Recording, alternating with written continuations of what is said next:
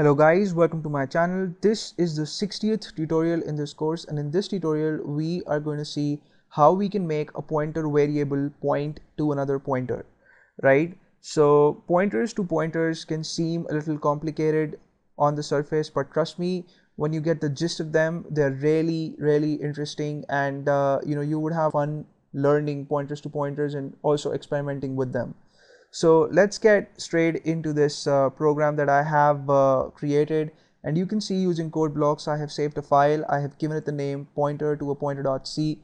On line 1 in this file I have the stdio.h header file. On line 2 I have declared the main function, and then between the curly braces for the main function I have some code, right? And on line 5 I have declared three variables, right? The first one is a regular integer, the second one is a pointer variable and it's called b, and you can make that out because the variable name is preceded by an asterisk symbol, and the third one is a pointer to a pointer, right? And it's called c, and you can make that out because the variable name is preceded by two asterisk symbols instead of one. So if you have to declare a normal pointer, then you put one asterisk symbol, and if you have to declare a variable that's a pointer and it's going to point to another pointer, you have to put the asterisk symbol twice before declaring it, right? On the next line I have initialized the variable a. I have given it the value 100. On the next line I have made b point to a by storing the address of a in b, and I have done that using b equals address of operator, and you have the variable name a, right? So the address of a would be stored in b, or b would point to a now. On the next line I have stored the address of b in c, right? So c is going to point to b. And then I have a series of printf statements, and we're going to see what each of these printf statements intends to do. So the first one is going to display the address of a, and of course to get the address of a I just have to put the address of operator before the name of the variable a, and that's what I have done. On the next line I want to get the address of a through b. Now since b contains the address of a, if I just display the value of b on screen, I would display the address of a, right? So that's why you just see b in the second printf statement. On the 11th line I have the printf statement that displays the address of a, but this time we haven't used either a or b, but we've used c.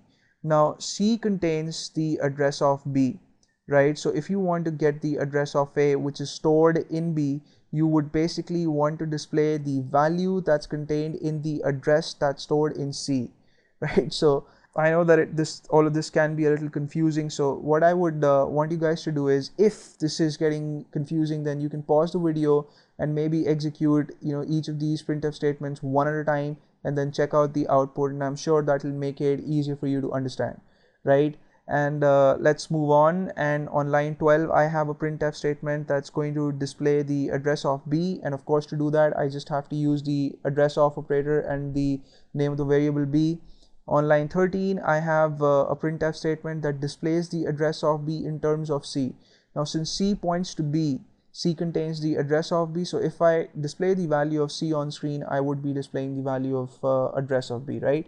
And on line 14 I have a printf statement that displays the address of c, and to do that I have the address of operator and the name of the variable c. Now the address of c cannot be obtained in any other way, right? So c's address cannot be expressed in terms of a or b.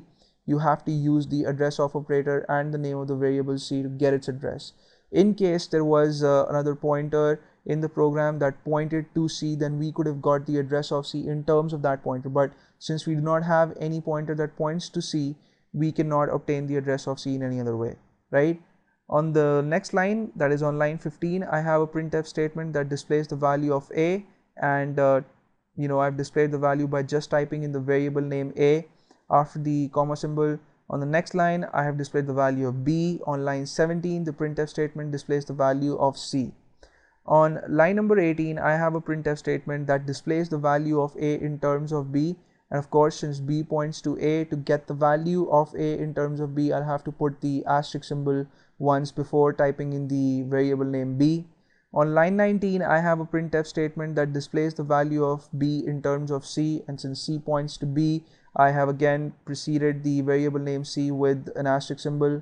On line number 20, which is the final printf statement in the program, I have displayed the value of A on screen, but this time I have displayed it using C, right? So since C doesn't point to A directly, it points to A through B. You have to put the asterisk symbol twice here, right? So let me show you guys the output of this program. I'll click on build and run. So there you go. We see that we get 1 2 3 4 5 6 7 8 9 10 11 12 lines of text in the output window corresponding to 12 printf statements in the program. And I'm not going to go through each statement of output, and I leave this task for you guys. So you can pause the video and you can note down the output. And if you don't want to do this, what I would recommend is you can copy the code in the program, and you can compile it and execute it and see for yourself how each printf statement is processed, right? So thank you so much for watching this tutorial, and I'll see you guys in the next one, in which we'll discuss something interesting and important for sure. And please subscribe to my channel in case you haven't already, and I'll see you soon.